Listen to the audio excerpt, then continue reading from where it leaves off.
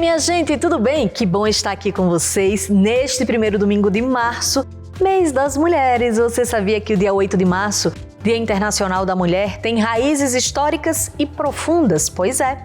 Ele foi oficializado pela Organização das Nações Unidas, a ONU, em 1975, mas é comemorado desde o início do século XX. Há muitas teses sobre a origem da data, mas todas elas remetem a manifestações e protesto de mulheres ao redor do mundo que reivindicavam melhores condições de trabalho e igualdade de direitos sociais e econômicos. E já que este é o mês das mulheres, o programa Ressoar, que tanto nos honra, vai fazer uma homenagem ao longo deste mês a algumas mulheres que fizeram e ainda fazem história no nosso país e no mundo.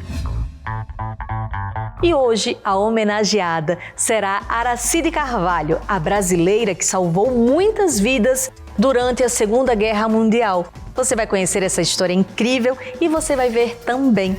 No Conexão Social, a presidente do Instituto Ressoar, Ionice Silva, traz mais uma história inspiradora para você começar bem a sua semana. Então fique ligado porque o programa Ressoar está no ar.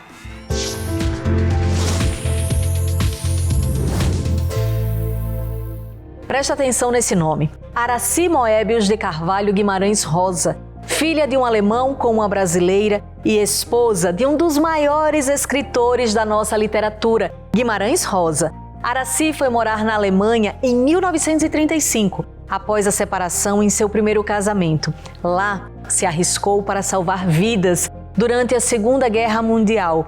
Corajosa e inconformada com o regime nazista, Aracy ajudou famílias judias a escaparem da Alemanha. Ela era funcionária do consulado brasileiro em Hamburgo, mas sem qualquer proteção ou mesmo imunidade diplomática, ela contornava regras, enfrentando os governos alemão e brasileiro para conseguir emitir vistos e ajudar judeus a imigrarem e sobreviverem nas Américas. Para conhecer mais sobre essa mulher incrível, acompanhe a reportagem que o programa Ressoar preparou para você.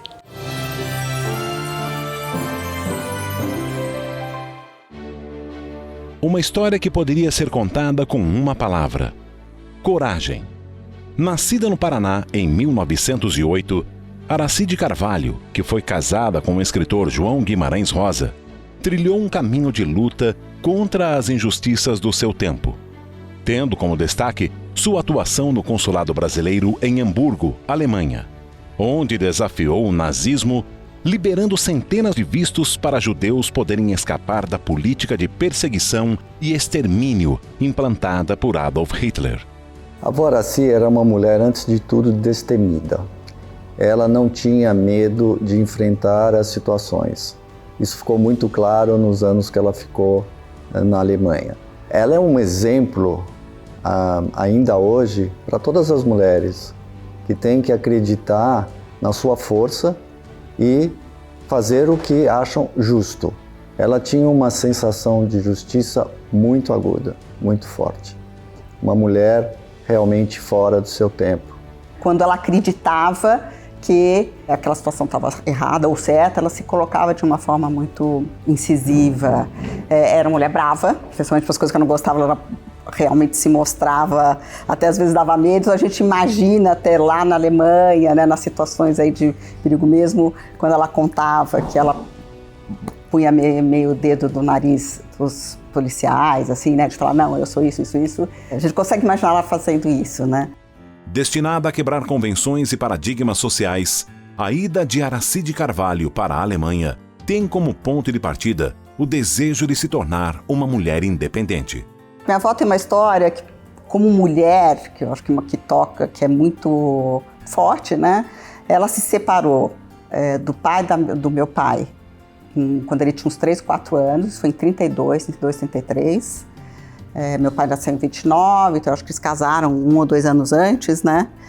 Então, muito jovem numa época. Imagina, no Brasil, 32, 33, mulher se separar. Então, isso era claramente, tinha todo um estigma por trás disso. Como ela era uma mulher muito culta, assim, ela falava 4 línguas, alemão era a primeira língua, era a língua materna dela, francês, português, enfim. Ela foi em 34, separou, e ela foi para a Alemanha para trabalhar, né? E eu acho que uma coisa interessante aí é que depois a gente olhando para a tua história, falando muito com meu pai, porque na verdade quem eram as pessoas que sabiam, todo meu pai, que fez parte da história junto e junto com a mamãe. Eles contando pra gente, assim, ela estava indo problema porque ela precisava trabalhar, porque tinha uma situação de sobrevivência. Não, acho que tinha uma coisa muito...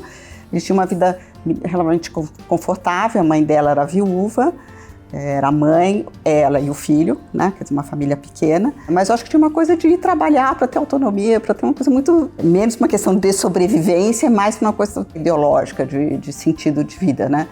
Ela vai em 34, fica por 2 anos tentando arranjar o emprego, enfim, no final ela entra no consulado de Hamburgo como responsável pelos vistos, né? E fica, então, ela trabalha de 36 a 42.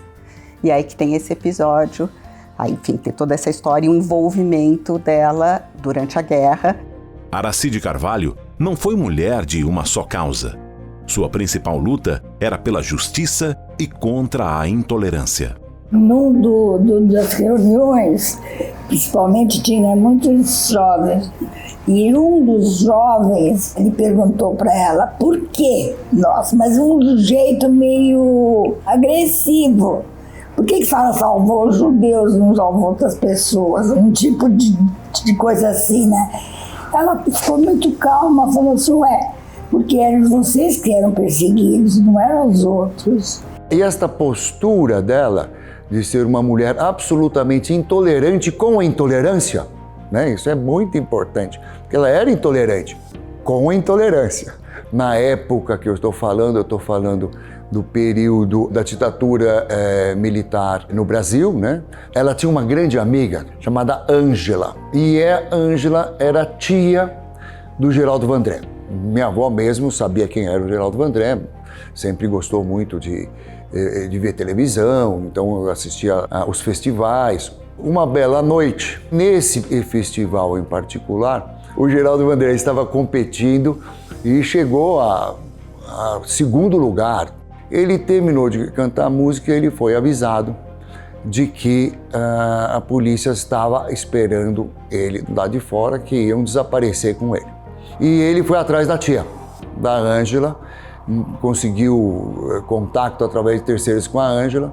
A Ângela foi encontrá-lo num outro lugar. Então a Ângela, que é a tia do Geraldo, chega de madrugada no apartamento da minha avó com o Geraldo, toca a campainha, a minha avó acorda, atende, a Ângela entra com o Geraldo e comenta e fala para minha avó que o Geraldo estava sendo procurado pela polícia política e pelo exército, polícia do exército. A minha avó, mais do que depressa, acolheu o Geraldo e ele ficou lá. Não alguns dias, mas ficou algumas semanas, se não me engano, 3 meses. Ele deixou o cabelo crescer, pintou a barba total de branco e foi uma Kombi buscá-lo, uma pessoa que estava dirigindo a Kombi, a namorada dele junto, e eu e meu irmão também nessa Kombi, tinha mais uma pessoa, simulando uma família viajando do Rio de Janeiro para São Paulo. Mas nem só de grandes batalhas se vive uma mulher como Aracy Carvalho. Seu espírito de vanguarda e seu senso de justiça se manifestavam também nas pequenas questões do dia a dia. Na Alemanha, ela aprendeu a dirigir, começou a dirigir, e tinham pouquíssimas mulheres que dirigiam. Então isso o papai fala muito que chamava muita atenção. O que eu lembro quando criança, que me chamou muito a atenção, foi a coragem de ela ir para a praia vestindo um biquíni 2 peças. Era algo realmente que você não via muitas mulheres na idade dela, né? Então a gente está falando de alguma coisa em torno de 60 e poucos anos, indo para a praia com um maiô de 2 peças. Era uma pessoa de mostrar fazendo, ela não era de falar, ela simplesmente fazia, e ela tinha um senso de justiça muito apurado. Então, por exemplo, uma outra lembrança que eu tenho, eu e minha irmã, a Vera, né, quando a gente estava no Rio, no verão, ela dava um dinheiro para a gente comprar um picolé, uma bela tarde. A gente desce, ela dá o dinheiro, a gente vai lá, compra 2 picolés, sobe e eu entrego para minha avó o troco.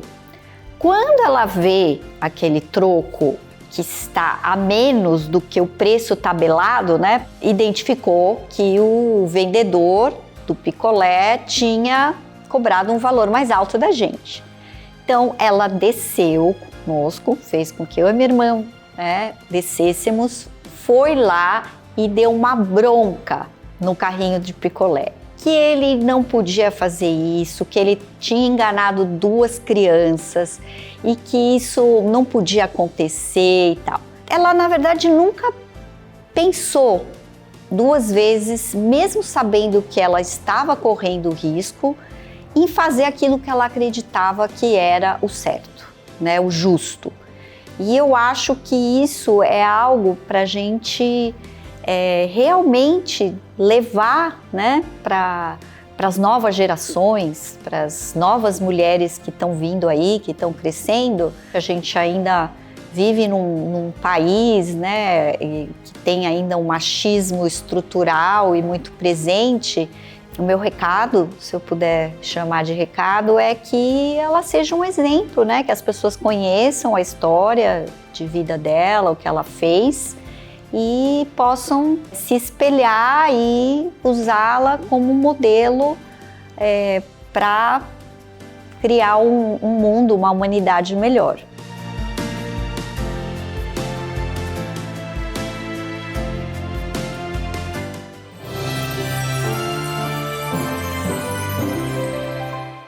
Você viu que mulher forte, que merece todas as homenagens do mundo? Fiquei aqui emocionada e muito orgulhosa, viu, com o que essa brasileira fez. Que exemplo, que honra poder mostrar essa história aqui no nosso programa. Eu espero que vocês tenham gostado também.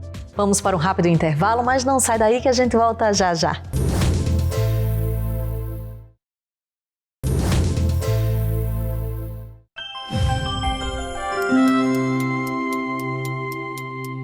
O Ressoar Solidário é um dos projetos do Instituto Ressoar, que visa estimular a prática de boas ações.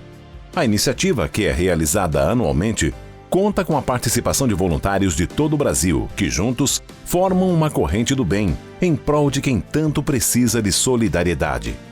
Colaboradores e artistas da Record TV também contribuem com o projeto, doando tempo e unindo forças para fazer o bem de inúmeras formas. Ao contrário das edições anteriores, o evento do último ano foi realizado de forma online, com o propósito de contribuir no desenvolvimento socioemocional das mulheres vítimas de violência. O Instituto Ressoar convidou importantes personalidades para ministrar palestras que abordaram questões relacionadas à inteligência emocional, autoestima, saúde e empreendedorismo. Instituto Ressoar, transformando vidas para uma sociedade mais justa.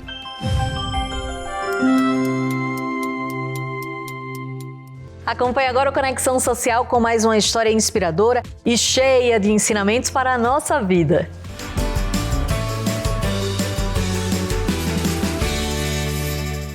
Olá, nossa convidada de hoje é presidente da Atom Investimentos, uma das maiores empresas da Bolsa de Valores. Além de investidora, ela também é sócia fundadora do Instituto Êxito de Empreendedorismo e também é Shark, na 5ª temporada do Shark Tank Brasil. Eu tenho a honra de receber em nosso quadro Conexão Social, Carol Pfeiffer. Seja muito bem-vinda, Carol. É uma honra muito grande te receber aqui. A honra é toda minha. Muito obrigada pelo convite. Nós que agradecemos. Hoje nós vamos aprender muito sobre investimentos. Você tem uma trajetória linda na sua vida e como você entrou no mercado financeiro é muito impressionante, né? Com 17 anos, eu queria que você contasse para a gente como é que foi essa mudança, né? De moda, você fez administração e depois entrou no mercado financeiro. Essa é uma história bem interessante, né? Eu ia fazer faculdade de moda até por influência da minha mãe e da minha avó. A minha mãe, meus pais casaram muito cedo, a minha mãe começou a confeccionar roupa para minha irmã, né, porque não tinha grana para comprar, e daí as amigas dela adoraram e ela começou a fazer para as amigas, montou depois uma confecção e sempre foi uma inspiração para mim.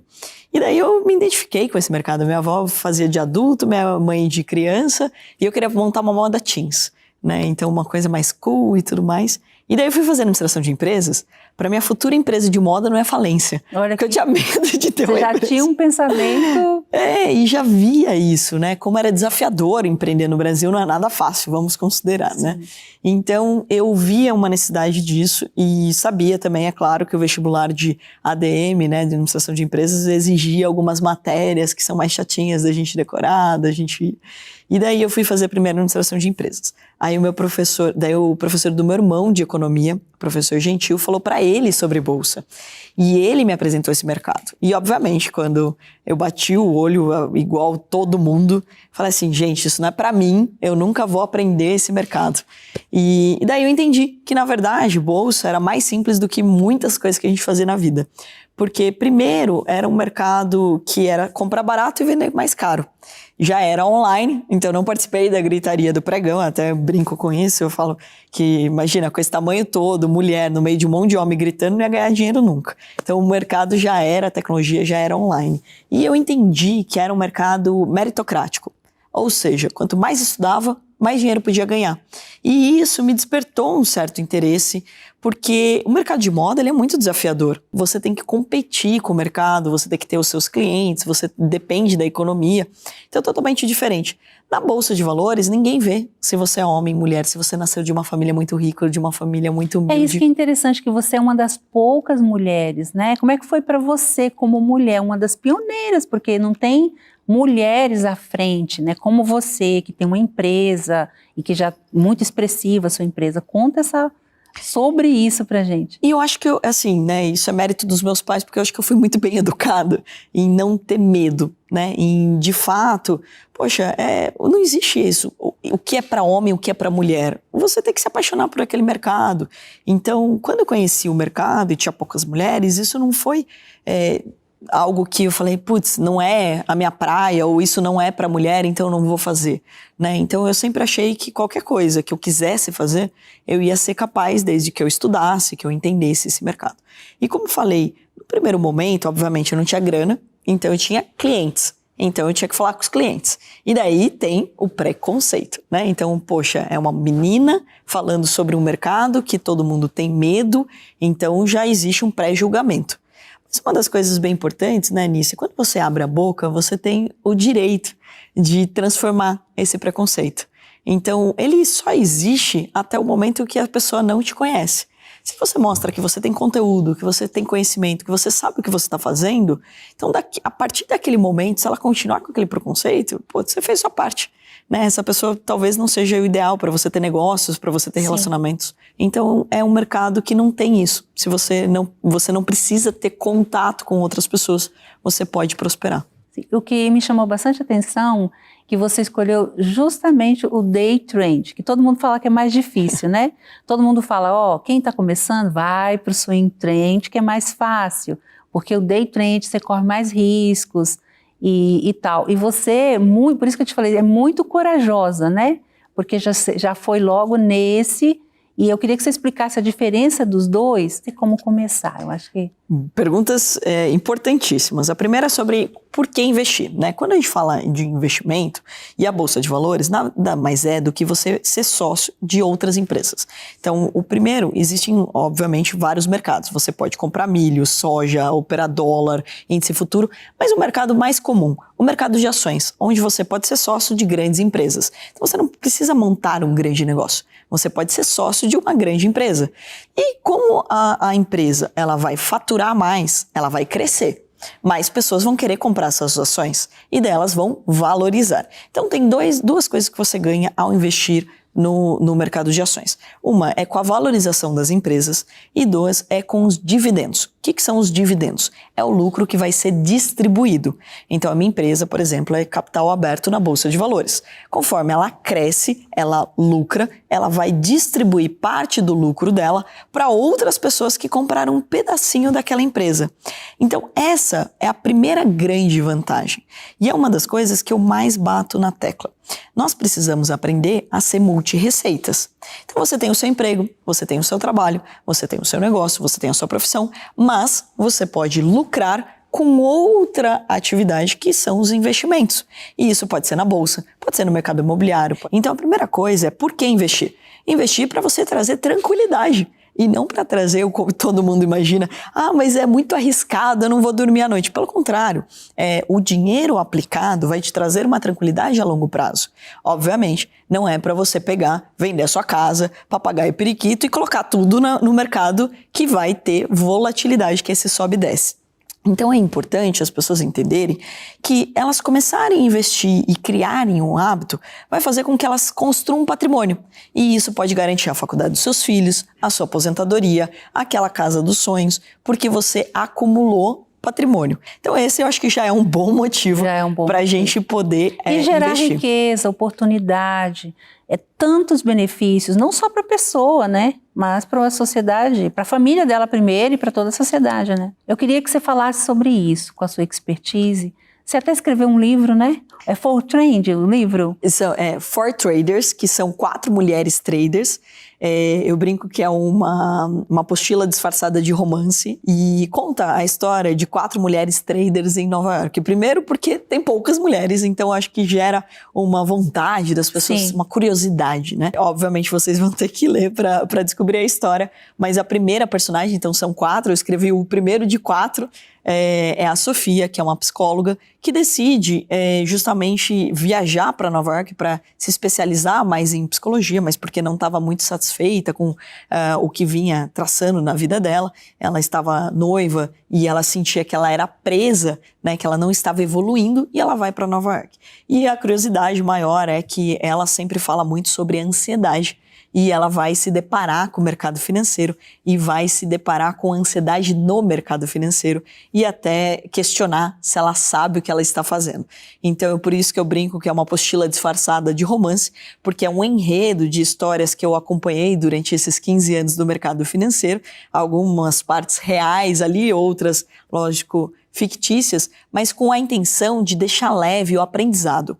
Porque no final do dia, eu acho que esse é o papel do professor, né? Eu tenho muito orgulho de dizer, eu sou uma professora, e a gente precisa valorizar os professores, porque é a pessoa que estudou, que pegou aquele material complexo, aquele monte de economês financeiros no meu caso, e transferiu ele para algo leve e didático. E as pessoas aprendem de jeitos diferentes. Você pode gostar de um livro, ou de assistir um vídeo, ou de gostar de um slide, ou de gostar de um quiz, né, de um perguntas e respostas. Então, o livro mesmo é uma abordagem para as pessoas refletirem que você pode aprender e você Sim. é capaz de aprender.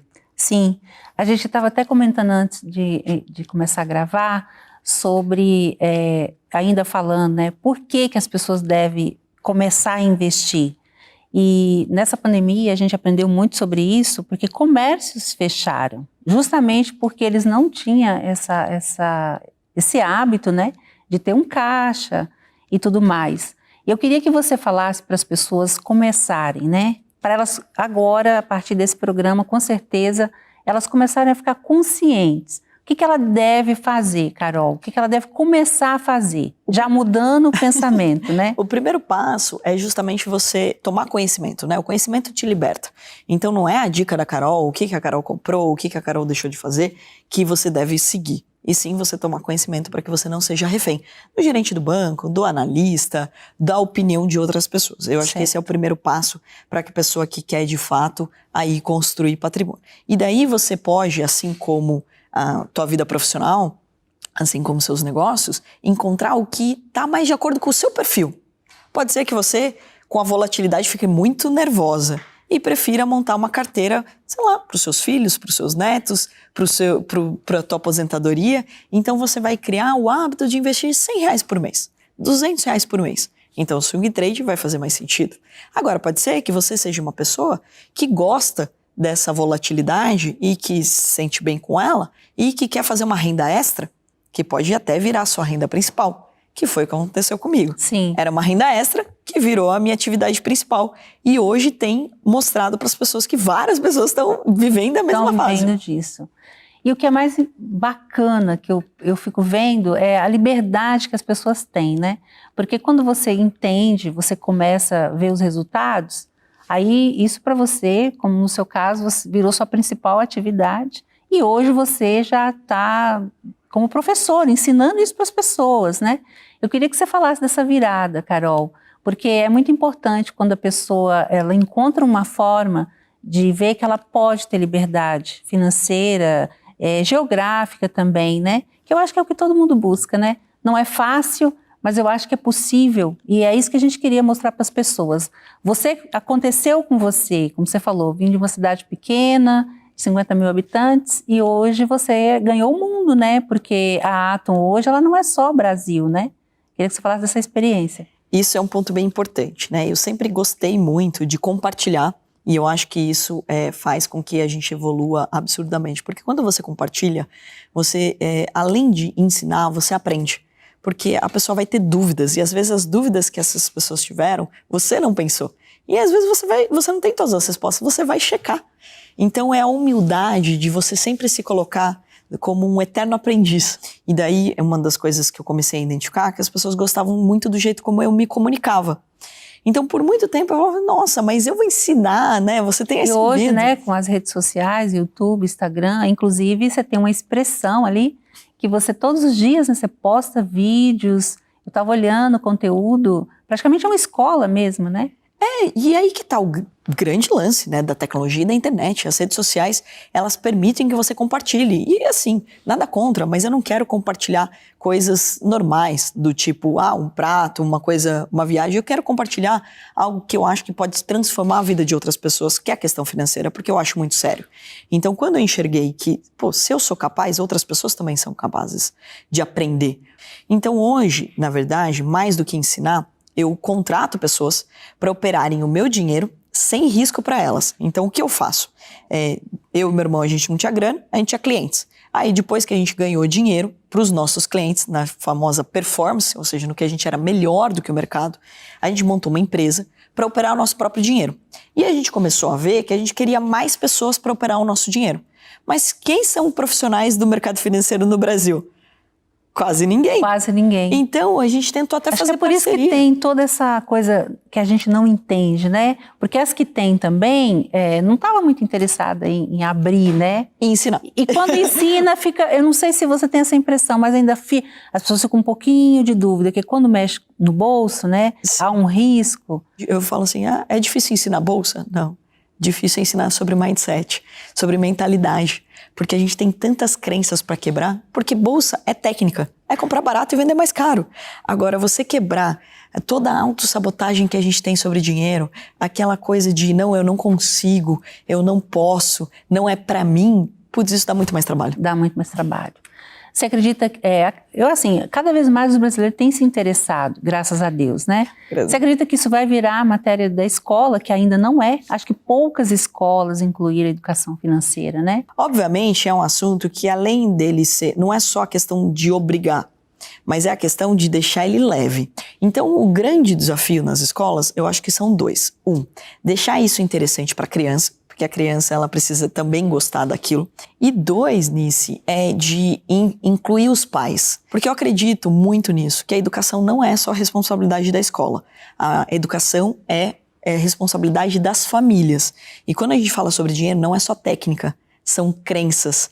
Então, isso está enraizado na nossa cultura. São os paradigmas, né? E, na realidade, as pessoas elas foram criadas dentro de uma cultura que você vai para a escola, que tem que ir, óbvio, né?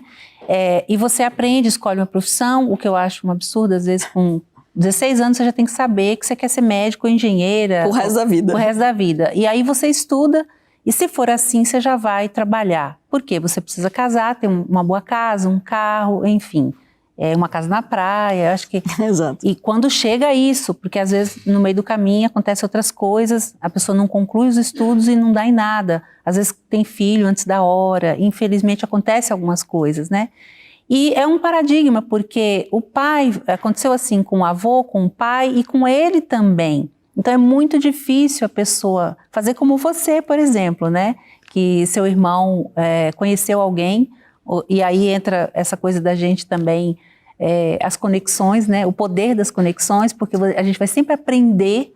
Por exemplo, hoje quando a gente se encontrou, com certeza eu aprendi muito e estou aprendendo muito aqui. Então é muito importante a gente se conectar com pessoas que vai nos ensinar. Você tem que evoluir, então você honra seus pais quando você se permite evoluir, porque eles tiveram uma vida diferente da sua. Mas é muito importante isso que você falou. A gente tem que lembrar uma das frases que eu mais gosto. Minha vida, minha responsabilidade. A coisa mais importante que você pode ter é a sua vida. Você já tem. Os seus pais te deram, Deus te deu. Então você tem o privilégio de estar vivo. Então honre essa vida que você tem. E como você honra ela? Tomando decisões que cabem a você. Então não é culpa do seu pai, não é culpa da sua mãe, não é culpa de ninguém. Ah, mas nunca me deram uma oportunidade. Tá, no momento que você tomou conhecimento que aquilo existe, no momento que você tomou conhecimento que aquilo estava atrasando a tua vida, a partir daquele momento em diante, a responsabilidade é sua. E a questão da educação financeira, ela vai além, porque você vê que para gastar, as pessoas não têm tanta dificuldade, né? Elas vão lá e gastam. E por não ter essa educação, eu não sei aqui a quantidade, a porcentagem, mas a gente tem pessoas endividadas por coisas que talvez elas nem sabem o que foi que ela comprou. Esse é um problema. Né? E por que não aprender como gastar, como multiplicar o que ganha, né? Que eu acho que é isso que é maravilhoso, as pessoas aprender a multiplicar e a fazer dinheiro. A gente não precisa nem ensinar a gastar o dinheiro, mas mesmo para empreender você tem que ter educação financeira, né, Carol? Com certeza, é a base de tudo, né? E como você bem disse, eu acho que para gastar ninguém precisa de escola, né? Todo mundo já sai aprendendo a gastar dinheiro.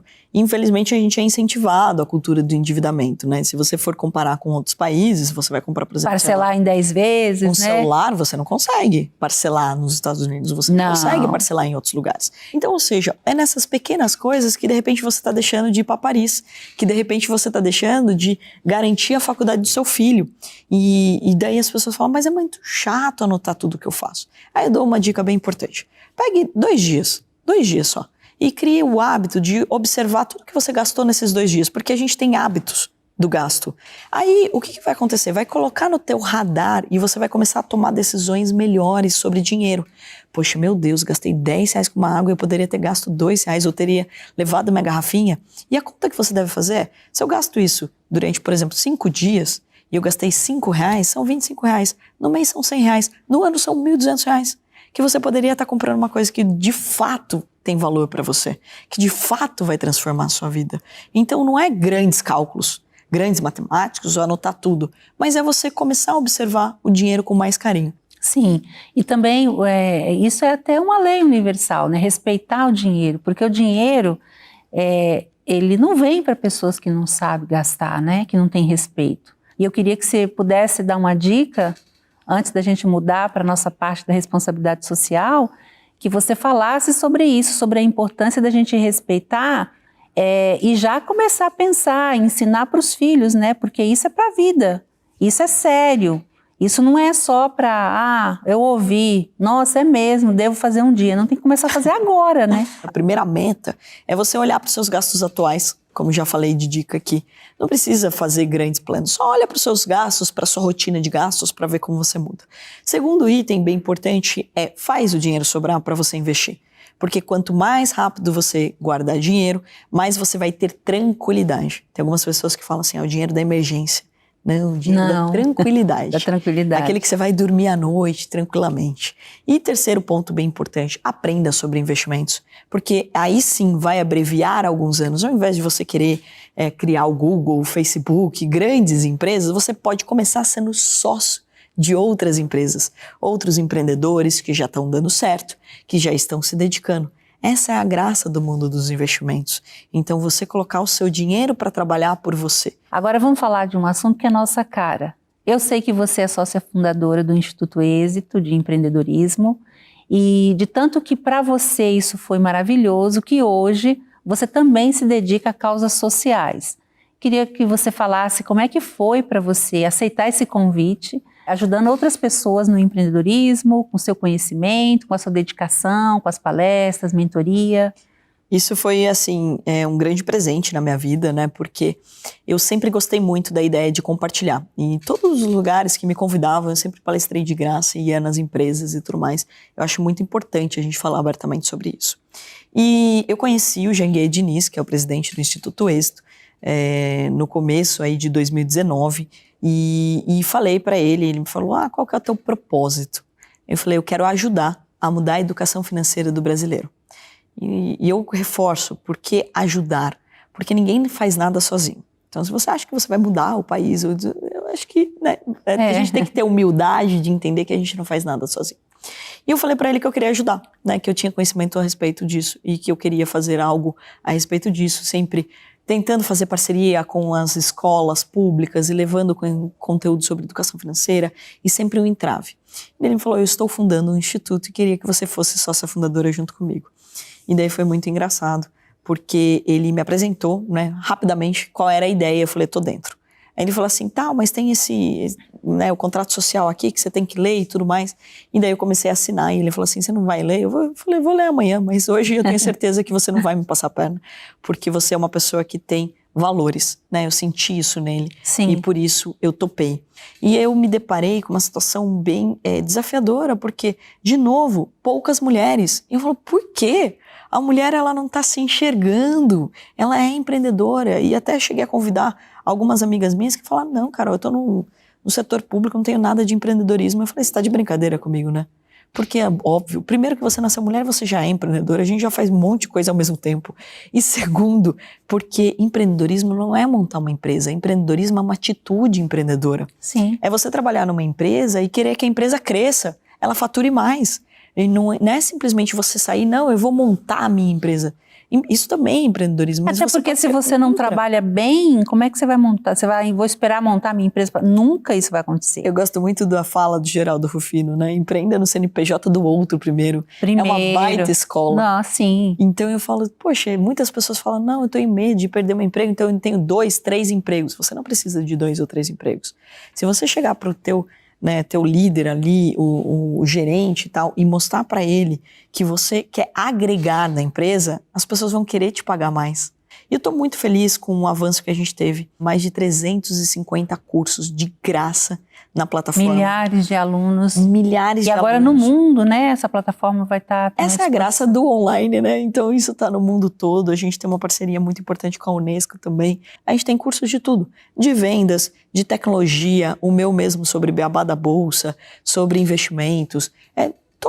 Todas as áreas que envolvem empreendedorismo a gente tem dentro do Instituto. E eu espero cada vez mais que a gente consiga fazer parcerias importantes com outros institutos.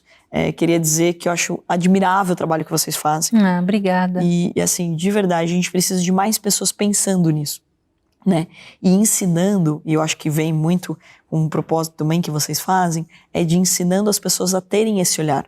Para que futuramente, pode ser que a gente nem precise tanto dos institutos, porque as pessoas já foram tocadas. Sim, então, isso que é maravilhoso, né? A gente levar a oportunidade das pessoas aprenderem. Sim, você falava das mulheres, né? Inclusive, é uma extensão aí do Êxito. Você criou o Êxito Ladies, né? Que é justamente para estimular as mulheres a empreender. Bem bacana, né? Eu queria que você falasse um pouquinho desse também. Como só tinha eu de sócia fundadora, a gente fundou, né? E chamava Câmara, e chama, né? Câmara de Empreendedorismo Feminino. Eu até brinquei com o nosso presidente Janguier, que estava muito sério, então ia ser o Êxito Ladies, e a gente adotou essa imagem do Êxito Ladies. E foi muito legal porque grandes mulheres começaram a fazer parte, a gente tem grandes movimentos de mulheres já no Brasil, então não é para competir com os movimentos que existem, pelo contrário, é para trazer esses movimentos para perto.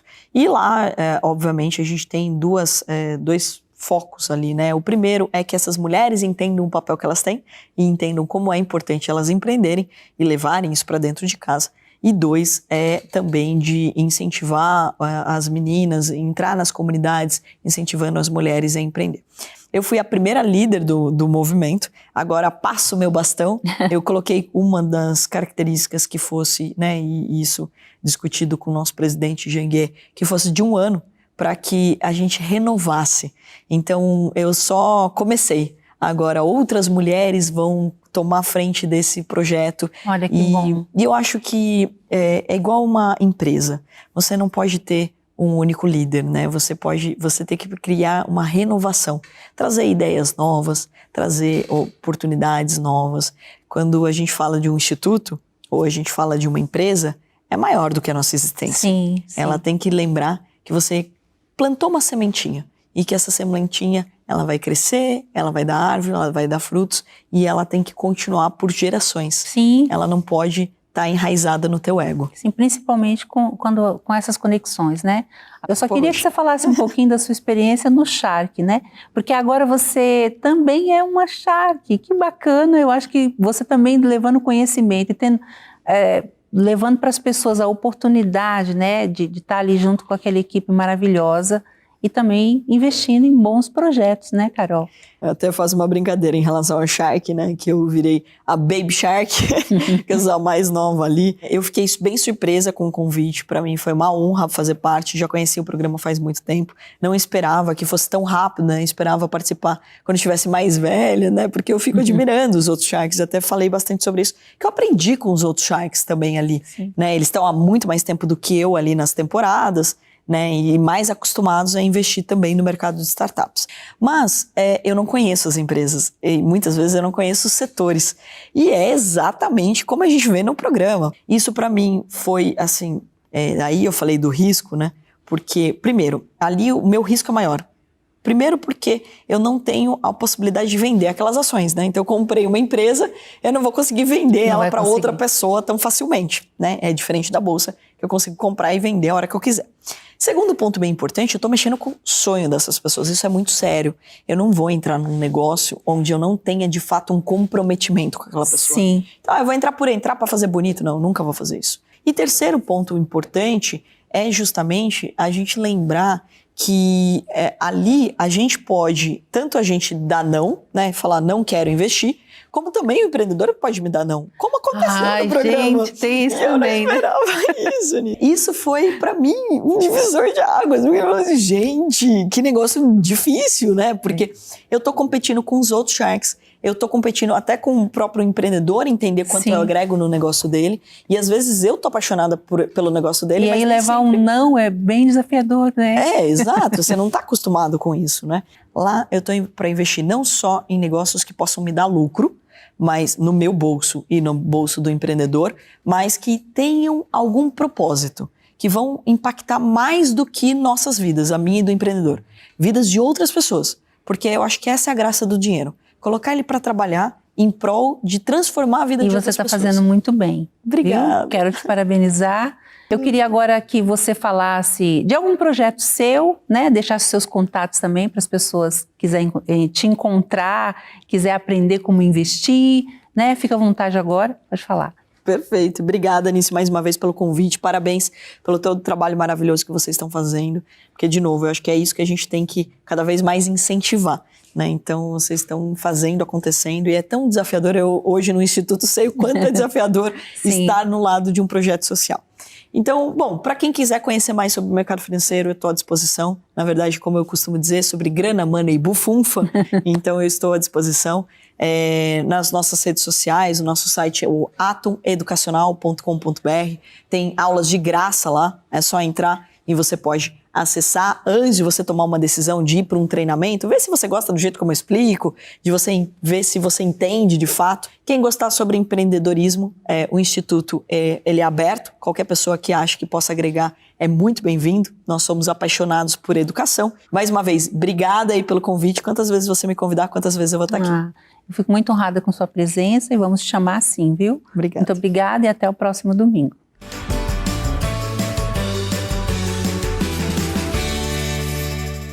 Eu adorei essa entrevista e se você também curtiu, pode vê-la lá no nosso canal, tá? Do YouTube. Entra lá, se inscreve, fique por dentro de tudo que rola aqui no Ressoar. E para encerrar, vamos ficar com o seguinte pensamento de Oliver Goldsmith. A nossa maior glória não reside no fato de nunca cairmos, mas sim em levantarmos-nos sempre, depois de cada queda. Nos vemos no próximo domingo. Bora lá?